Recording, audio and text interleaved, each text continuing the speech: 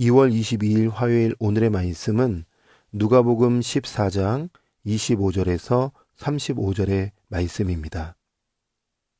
수많은 무리가 함께 갈새 예수께서 돌이키사 이르시되 무릇 내게 오는 자가 자기 부모와 처자와 형제와 자매와 더욱이 자기 목숨까지 미워하지 아니하면 능히 내 제자가 되지 못하고 누구든지 자기 십자가를 지고 나를 따르지 않는 자도 능히 내 제자가 되지 못하리라.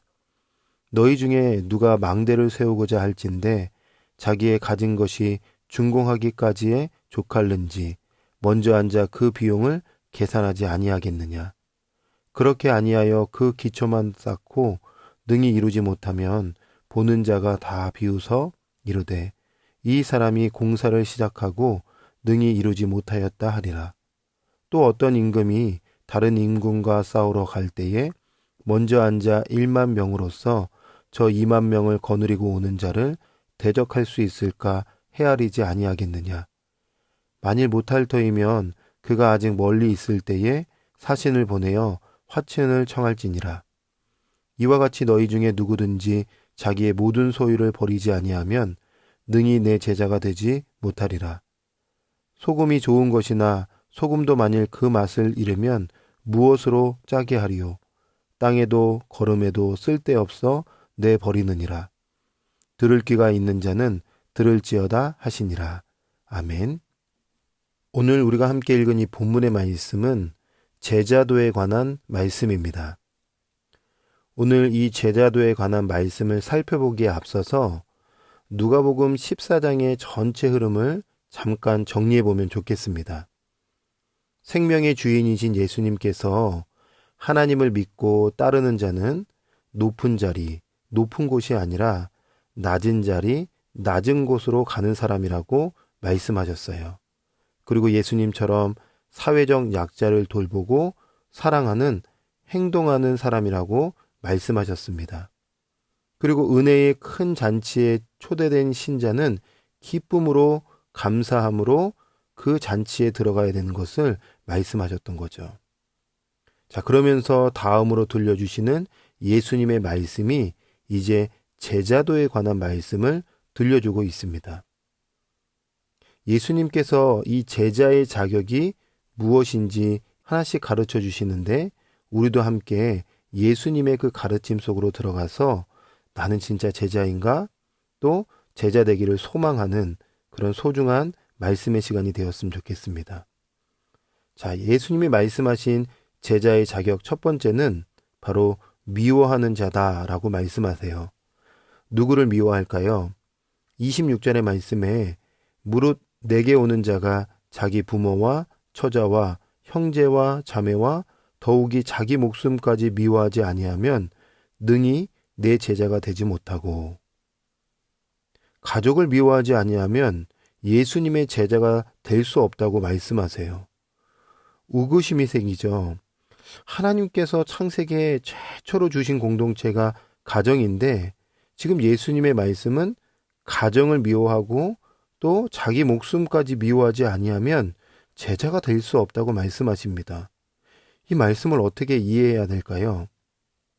먼저는 이 미워하다라는 이 단어가 또 다른 의미에는 덜 사랑한다라는 뜻을 가지고 있습니다.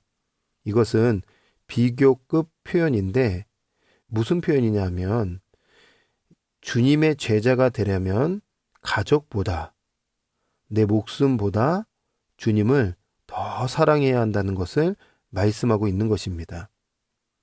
마태도 동일하게 기록하고 있는데 마태복음 10장 37절의 말씀에 아버지나 어머니를 나보다 더 사랑하는 자는 내게 합당하지 아니하고, 그러니까 무슨 말씀을 하시는 것이냐면 주님의 제자가 된다는 것은 우선순위에서 주님이 최우선이 되어야 한다는 것을 예수님께서 말씀하셨던 것입니다. 그러니까 우리 삶의 1순위는 바로 주님이어야 한다는 것이죠. 나보다, 자녀들보다, 가족들보다 주님을 더 열렬히 사랑하는 것이 제자라는 것입니다. 저는 오늘 말씀을 저의 삶에 적용해 볼 때에 나는 나의 아내, 아들, 딸들보다 정말 주님을 더 사랑하는 제자인가? 스스로 질문해 봤을 때 많이 부끄럽고 또 선뜻 대답하지 못하는 그런 저의 부족함을 보게 되었습니다. 그러나 또 마음 깊은 곳에는 정말 주님을 사랑하는 제자가 되었으면 좋겠다. 난 정말 주님의 온전한 제자가 되기를 소망한다. 이 마음을 갖게 되었어요. 이어서 두 번째 제자의 자격에 대해서 말씀하시는데 그것이 무엇이냐? 자기 십자가를 지고 따르는 자가 제자라고 말씀하세요. 27절의 말씀에 누구든지 자기 십자가를 지고 나를 따르지 않는 자도 능히 내 제자가 되지 못하리라. 반대로 얘기해 본다면 제자는 십자가를 지고 예수님을 따라가는 사람입니다. 여러분, 십자가는 당시의 최고로 잔혹한 형벌의 방법이었어요. 그래서 사람들은 십자가를 떠올리고 생각하면 죽음, 고통, 수치로 여겼습니다. 그것을 의미했습니다. 그런데 예수님이 지금 자기 십자가를 지라고 말씀하시죠. 무슨 의미일까요? 죽음을 각오하고 고통과 수치를 당할 준비가 되어 있지 아니하면 제자를 꿈꾸지도 마라. 이렇게 강력하게 말씀하고 있는 거예요. 여러분, 제자가 되는 일이 참 어려운 일이죠. 이 어려운 결단을 동반해야 된다고 주님이 말씀하고 있는 것입니다. 생명을 주신 이에게 생명을 드릴 각오가 되어 있는가? 지금 우리에게 묻고 계신 거죠. 여러분, 제자의 길이 결코 쉬운 것이 아닙니다. 그래서 제자가 되려면 그 결단하기 전에 심사숙고해야 된다는 것을 주님은 또 이어서 두 가지 비유를 통해서 말씀해 주시죠. 그 두 비유가 뭐냐? 하나는 망대 건축 비유입니다. 망대를 세우기 전에 충분한 비용이 있는지 미리 계산해 보지 않고 망대를 세우고자 한다면 결국 망대를 세우지 못하고 사람들의 비웃음만 당하게 될 것입니다. 계산하라는 것입니다. 충분히 따져보라는 것입니다. 심사숙고하라는 것입니다. 또 하나의 비유는 전쟁 비유죠. 전쟁을 하고자 하는 왕이 있다면 당연히 상대방 군대의 규모를 헤아려서 전쟁에 임해야 합니다. 그렇지 않고 무모하게 무분별하게 전쟁을 일으키게 되면 결국 실패하고 불명예를 안게 되죠. 생각하라는 것입니다. 따져보라는 것입니다. 심사숙고해야 된다는 것입니다. 예수님께서 이 두 가지 비유를 우리에게 또 제자들에게 말씀해 주시면서 사람들에게 말씀해 주시면서 제자는 정말 그 길을 심사숙고하면서 모든 소유를 버리고 모든 것을 주님 앞에 올려드리고 예수님을 따르는 자가 바로 제자라고 말씀하시는 거예요. 모든 것을 버리고 따르라고 하실 수 있는 그 예수님의 강력한 메시지는 예수님 자신이 예수님께서 먼저 우리의 영혼을 위해서 모든 것을 버리셨기 때문입니다. 버리려고 오셨기 때문입니다. 먼저 생명을 주셨기 때문입니다. 생명을 주시니 앞에 생명을 이어받은 자가 해야 할 것은 바로 예수님처럼 우리의 생명을 다 주님께 올려드리는 거죠. 이것이 제자입니다. 그래서 주님께서 오늘 이 말씀 속에서 이야기하시는 거예요. 결단해야 된다고. 다시 결단하라고 말씀하고 있는 것입니다. 주님을 위한 자기 희생과 헌신, 그 헌신을 하고자 하는 결단이 있다면 우리는 제자가 될 것입니다.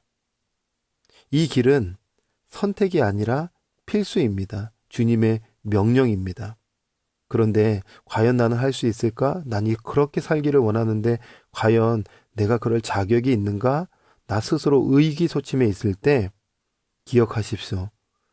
우리의 영혼을 붙들어 주시는 성령님께서 우리를 그 제자의 길로 이끌어 주십니다.